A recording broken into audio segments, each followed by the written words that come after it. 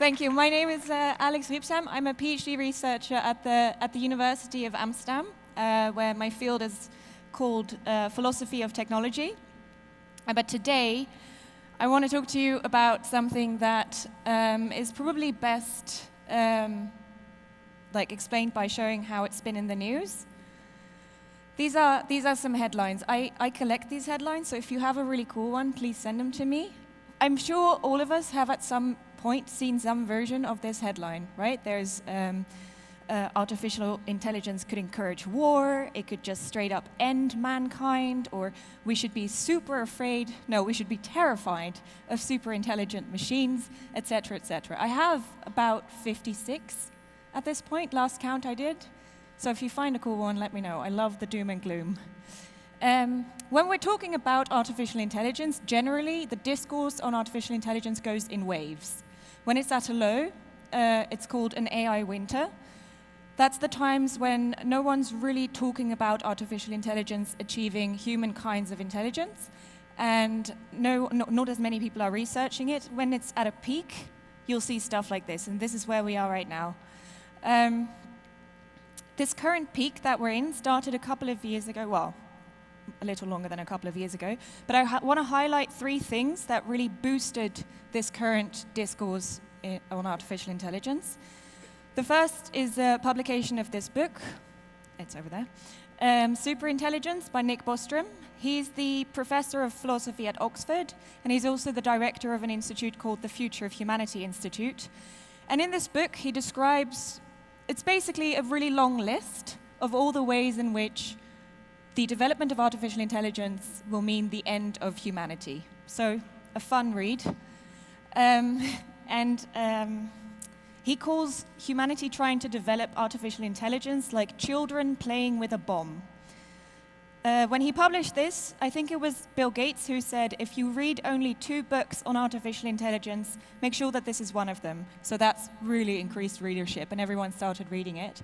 Then a couple of months later in the same year, this is 2014, the people behind the blog Wait But Why, that I'm sure some of you will also be familiar with, they did 2 blog posts on the same subject. They had a lot of the similar ideas that Bostrom talks about, but they have a very different readership. So we're seeing an increase in readership. Then in 2015, this open letter was published by the Future of Life Institute. They're in America, and they published this letter on the research priorities for robust and beneficial artificial intelligence, saying mainly 3 things: that artificial intelligence must also always do exactly what we want it to do, it may never surprise us, and we must always know exactly what it is doing. And to date, this letter has been signed by about 8,000 people. So if you're looking at this is the moment in time when everyone's talking about this, right? Like, this is when we see all of those headlines. So just to give like a really crude summary of what goes on behind those headlines, this is really a really bad summary, but like just so we're all on the same page. The first is that the intelligence of machines will exceed that of humans, that as a result of that, computers will breach the limits of what's possible in terms of human cognition, that as a result of that, there will be a shift, there will be an intelligence hierarchy wherein human beings will not be at the top. So I just want to point out here that this is we're talking about a very linear approach to intelligence, right? And we have a tendency to think of it as this way, in that we have like a pyramid of intelligence where human beings sit comfortably all the way at the top, and below that we might have like smart apes, dolphins, maybe octopus, and then all the way at the bottom is insects and like worms and stuff. So that's kind of the idea behind this, right? Like, and then there will be a shift in that hierarchy where human beings will not be at the top, and that will, in and of itself, pose an existential threat to humans or humanity. Now, Nick Bostrom closes his book with this paragraph. I have to get into the right mindset. Let me see if I can get it up. He says this: "The challenge we face is in part to hold on to our humanity, to maintain our groundedness, our common sense, and good-humored decency, even in the teeth of this most unnatural and inhuman problem." As if he is a general speaking to his troops as they ride into battle championing their humanity, facing an enemy that must look something like this, right? So if we see this headline, if we can sort of distill it into one version, it would be AI poses an existential threat to humanity. If we take that at face value, then we can conclude, I'll try and limit my swearing here to one time, we are super fucked, right? Maybe. That's kind of what I want to do here today. Like, I want to give some cultural context as to how it's come to be that we think of this in this way. And I also want to show you how revealing it is about how we think about ourselves that we've come to think of it in this way. And I'll do that with the help of the work of two cultural anthropologists. Their names are Genevieve Bell and Paul Dowrish. They wrote this book, Divining a Digital Future. Their work really, really sits at the intersection of cultures and technologies and how the two sort of not just intersect, but how they play into one another. And one of the things they say, I want to use as kind of a red thread throughout what I'm about to do here. They say visions of technology reflect the time and space where they originate. Now, what I take that to mean is kind of this idea that if we take a technology, any technology, we could look at it, we could study it, and learn something about the time and place where it comes from, as that is reflected in that technology. And in that way, we can learn something about whatever context it appears in. So just to give an example, so that may be more clear, the first time I ever attended a Singularity University program was in 2015. I did the summer program, that's 2.5 months, 10 weeks. We had a ton of speakers come in every day, and one of them was this kind of cliche Silicon Valley kind of bro-y dude, if you get the image. And he was talking about the female womb, the uterus, which he called Mother Nature's 3D printer. Now, I think that's quite a cringy thing to say, but what was interesting is at the time, when I was in the audience, all of us immediately understood what this guy wanted to talk about. He wanted to talk about making things, and for the purposes of the conversation he was trying to have, he didn't need to differentiate between babies and 3D printed wrenches that you can send into space. And we understood this, even though the uterus and the 3D printer come from a very, very different time and place, and he brought those two worlds together. Of course, we also understood something about this guy, particularly how he views women. And while that's, a funny way to learn something about someone, it also just goes to show how revealing how we engage with our technologies can be about ourselves, right? That's kind of the mindset I want to get us in today. So if we look at this headline, AI poses an existential threat to humanity. Now, I luckily don't have to be the one to tell you this is what AI is, but for the purposes of what we're trying to unpack here,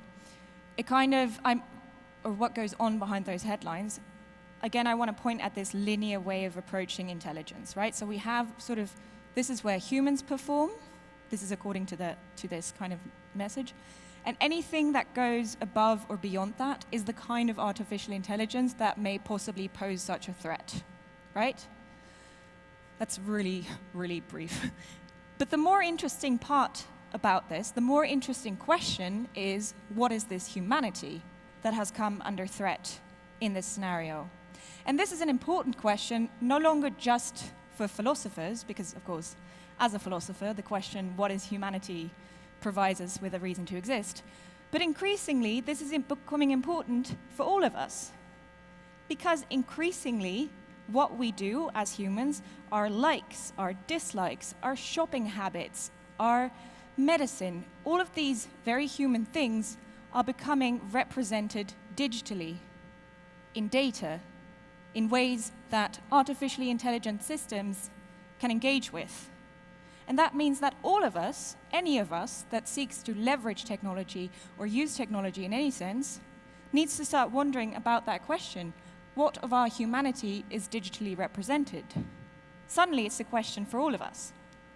And just to showcase that, I want to give you some examples of how we see this mirroring I found a book. It was written by a computer scientist. His name is George Zakharikis. He wrote this book. He was looking for that same question, like how is our humanity represented in our technology? I recommend this. It's a fun read. It's also kind of endearing in the sense that he writes about being a computer scientist, looking at computer science as the place to have all the answers, and as he's looking for the answer of like what is our humanity, he slowly falls out of love with computer science, which he all describes in the introduction, so that's great. But one of the things he says is the following. He says, the brain is perhaps the most profound example of how scientific metaphors modulate and transform through time in conversation with technology. Just to point out, he doesn't actually say something very different from what Genevieve Bell and Paul Dowrish say. It's just more specified. So what he's saying is the brain, which we can take to mean here what it means to be human, is an outspoken example, or the most profound example, of how scientific ideas about what it means to be human are shaped by being in contact with technologies of a specific time. So the technological context and the technologies themselves interacting. Okay, that's pretty abstract, so I have some examples. The first example he actually mentions comes from early Judaism. So in early Judaism, there's folkloric stories about golems. These are golems, these are from the 16th century, but they are essentially an artificial being conjured from the earth, from mud and clay, brought into life to protect your crops or guard your house or something of the sort. And the point Zakharikis makes is that it isn't a coincidence that this story of artificial life takes place around mud and clay and earth because, he says, the most important technology of the time was agriculture. Now we see more and more examples of that. Another one comes from ancient Greece, obviously the birthplace of modern medicine. For the first time, there are people who are looking at healthy humans and sick humans and are saying, how does the one go from the other, which is still the foundational principle of how we do medicine today. And they do this at a time when the most important technology was hydraulic machinery. Now, hydraulic machinery is obviously just machines that, by pumping fluids around, either oil or water or hydraulic fluids, generate movement, right? So what do these doctors say? They say, well, the human is actually just like a hydraulic machine. It has 4 fluids, that is black bile, yellow bile, blood, and phlegm. And as long as these 4 fluids are in equilibrium, they're balanced, then the human is healthy. Once they're out of balance, the human is unhealthy. And they even say, if we can recreate these 4 humans artificially, we can just build a hydraulic machine to pump them around and we can make an artificial human. Right? So we're starting to see that pattern. Another one comes from the time of Descartes. Now, Descartes wrote in a time that the most important technology was intricate mechanics, like this, like cogs, radars, pistons, etc., like you would find in a clockwork. And obviously, Descartes is known for famously writing, "I think, therefore I am," and for separating the mind from the body. And he writes a lot about the mind. But in the passage where he also writes about, "I think, therefore I am," he also writes about the human body. And what he writes is, well, what we understand about the body is that it is actually just a very intricate mechanical machine. And if we just figure out how exactly the body works, and if we just have technology that's intricate enough, then we can essentially replicate human bodies technologically. Now, the reason I point that out is because right now, today, we have people saying the exact same thing. We have people saying, if we just figure out how the brain works, and if we just have computation catch up so it can do what we need it to do, we can just connect our brains to the computers and upload our minds. It's the exact same story, hundreds of years old, just different technologies and different ideas about what it means to be human. A final example, I can't bear to get rid of this example. This is from the 19th century. Obviously, in the 19th century, there are many technologies that have to do with electricity. People invented things that you can use to measure electricity, to guide electricity, to generate it, etc. So what do scientists of the time do? They start measuring, does this have electricity? Does that have electricity? Do I have a certain electricity? And they find that everything that they deem to be alive has a certain electrical charge. Now, what they conclude, logically, is that everything that is alive, everything what it means to be human is driven in some way by electricity, by what they call a vital spark, a spark of life, if you will. And the reason why this is my favorite example is my background is in English literature, and I specialized in science fiction literature. And if you ask an English literary scholar where the beginning of science fiction is, it's right here. If you ask a French literary scholar, they'll tell you something else, and they'll be wrong. It's here. The story of Victor Frankenstein, who sews together dead body parts, and until it's dead, just dead body parts, and then he guides the right electrical current through this body, he steps back, and it's alive. It's a story of artificial life that takes place exactly within the parameters of what they then thought being human was all about, which in and of itself was shaped by technologies of the time. And this is, of course, what we see, in all of these. I've just, a really brief summary. This is, at the top, you'll see the time and place. I mean, one is ancient Greece and the other one's Mary Shelley. Let's just say that that's a time and place. Below that, we see a most important technology of that time that shapes ideas about what it means to be a human in that time, which in turn shapes ideas about what form artificial life would take. So if we take that, then that must mean that we would be able to predict where we find ourselves today, right? We have a time and place, the here and now. If we have that, we should ask ourselves the question, what is today's most important technology? I've taken the liberty of answering this, but if there's someone who really, really doesn't agree, come find me. I'd like to know who you are. I said it was the computer, and I'll caveat that by saying what I mean by that is the computational entity, because you could argue that the thing that does the information processing is software, or which software you could run on not a computer, etc. But that's the computational entity is what I mean. If that's the case, then that must mean that contemporary ideas we have about what it means to be human are shaped by this computational metaphor for humanity, and that current ideas about what shape artificial life would take would also fit into the parameters of that computational metaphor for humanity. And this is, of course, exactly where we find ourselves today. In the 21st century, our most important technology being computers, we cannot open a newspaper without seeing headlines about how much humanity is going to die by the hands of computational artificial intelligence. And I use the word metaphor here, and I do that not because I mean like Shakespeare or poetry and like her eyes are the sea, etc.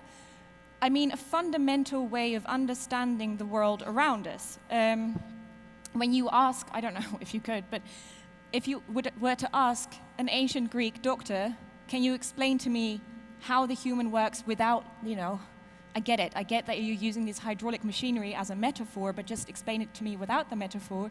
That would be very difficult, because it's not like a pair of glasses that you can just take off. It is a fundamental way of understanding our surroundings. And this is something another researcher, Robert Epstein, so he calls this, you can give different names to this metaphor of understanding, right? He calls it the information processing metaphor, this idea that as humans we understand ourselves to be information processors. One of the things he's done for his research is he's gone to neuroscientists. He himself is a psychologist. And he asked them, can you explain to me what it is you do in terms of researching human cognition without using words that are computational metaphors? And then it gets really hard. It's not that easy.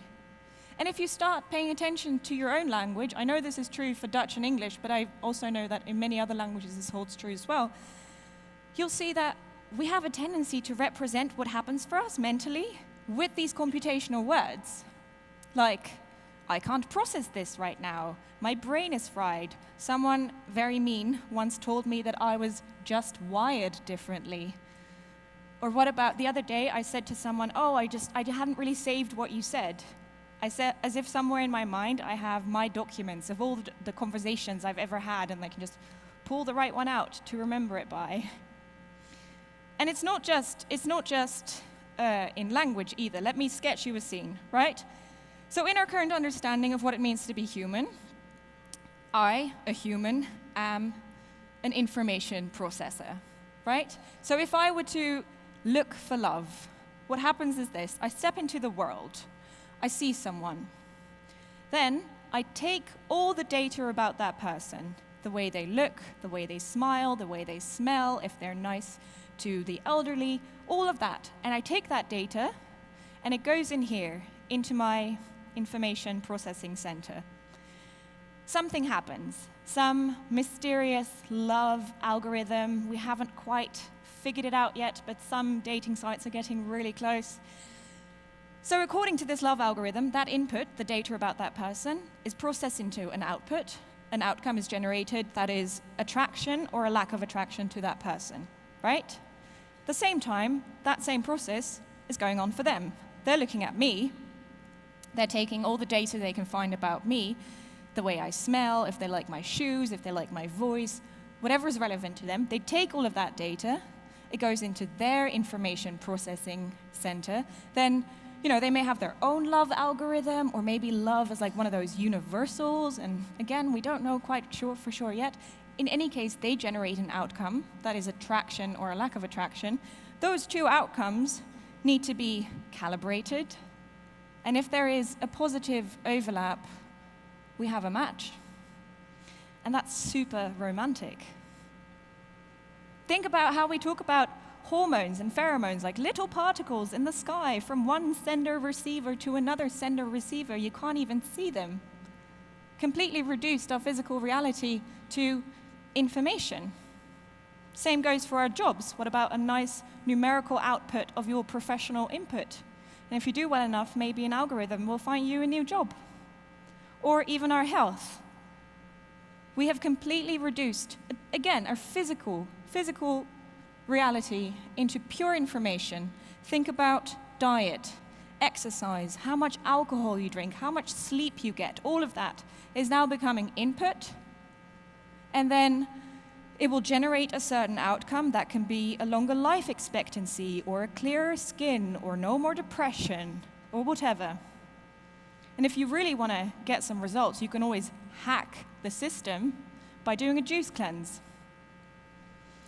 So if we're looking at this headline, AI poses an existential threat to humanity, we're starting to see what that humanity looks like.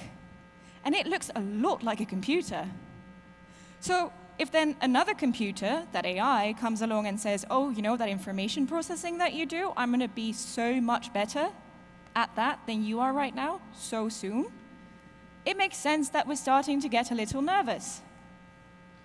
I don't have to be the one here to tell you that a lot of the things we do, like our traffic, our games, most of our jobs, will be able to be done by computers very soon, better than we're doing them now. There's something quite important to remember about this, though. This is what we do. This is not what we are. Right now, we are doing a ton of information processing. But if we define our humanity by what we're doing, then humanity has gone extinct many times over and also has been sort of magically resurrected as many times. Of course, the question then is, if we're not computers, then what are we? And if I had the answer, I don't know. That's Lisa said, right? Ambiguity. But what I do know is this. If we look back at the time that Greek doctors thought we were all like hydraulic machines, and we think of that as like a little silly, it seems very likely that in give or take 2,000-3,000 years, we'll look back at the time that we all thought we worked like computers, and we'll think of that as quite silly too. This headline, AI poses an existential threat to humanity, it is really only true if we define that humanity as computational.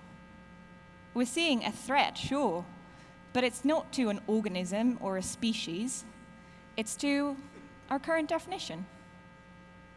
Thank you very much.